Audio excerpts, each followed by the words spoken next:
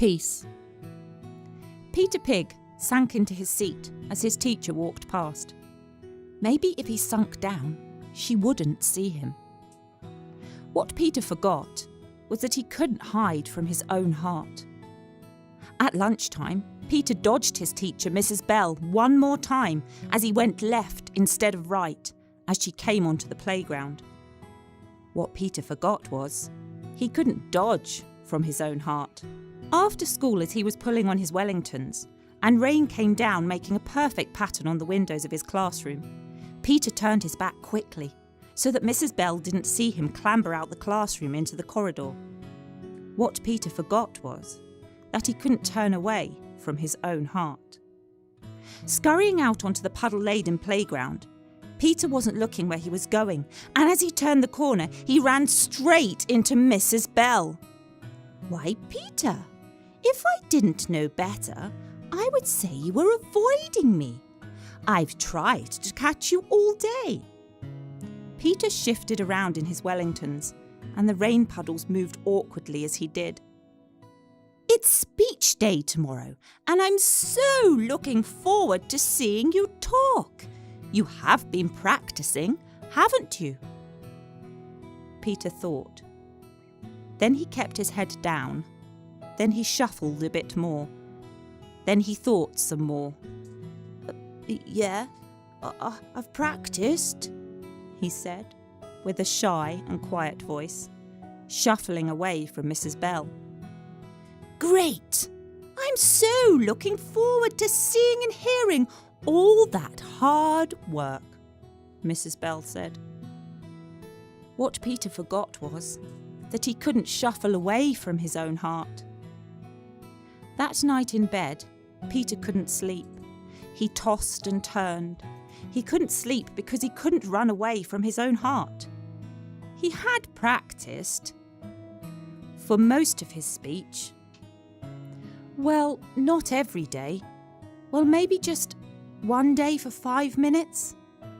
Not every day that Mrs. Bell had asked them to.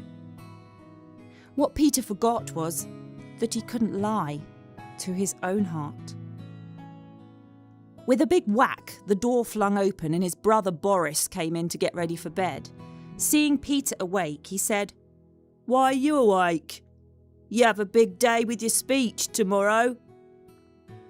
"That's just it," said Peter. "I have no peace. No peace at all. I told my teacher that I'd practiced and I hadn't, and well, I had, but not like she meant." "Oh, see, it's the halfway blues." "Halfway what?" exclaimed Peter, rolling over and sitting up. "Well, you see, Squirt, when you only tell half the truth and not all the truth, it isn't really the truth at all, because you've had led someone to believe something halfway, and that gives you the halfway blues because you take your heart with you." Peter looked a little confused, but then suddenly it dawned on him. "Oh," he said, swinging his little legs in deep thought. "And that, my brother, is why you can't sleep," he said, as he clicked off the light and went straight to sleep. "Halfway blues," he muttered to himself. It didn't feel very nice to know he'd led Mrs. Bell to believe half the truth and left a wrong impression with her. The very next morning, Peter was up super early rehearsing for his speech. He knew he would be ready to take the world when he spoke, but something was still not right. His heart felt hidden, dodgy, turned away, and shuffled. And yes, it had the halfway blues. After the speech day was over and the applause and the smiles, his heart was still dodgy and down. There was only one thing for it. "Mrs. Bell, I told you a half-truth and I led you to believe something that was not true and I gave myself the halfway blues." "Oh, the halfway blues," Mrs. Bell said. "Mr. Horrible Halfway is not a fun person to have around. He's a peace stealer and makes your heart feel all dodgy. The only way to chase him away is with Mrs. Whole Truth. and nothing but Mrs. Holdtruth. Yes, said Peter. and hopefully with Mrs. Holdtruth I can get a whole night's sleep, he said, rubbing his eyes. Peter had learnt such an invaluable lesson that day. Leading someone to believe something that is only half of the truth and leaving them with the wrong impression is still a lie, and it will only lead to a very hidden and dodgy heart.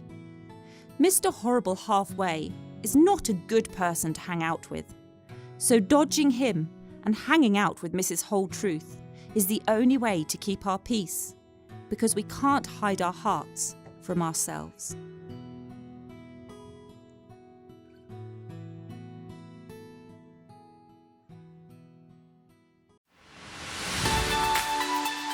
Thank you for listening to this audio theatre presentation.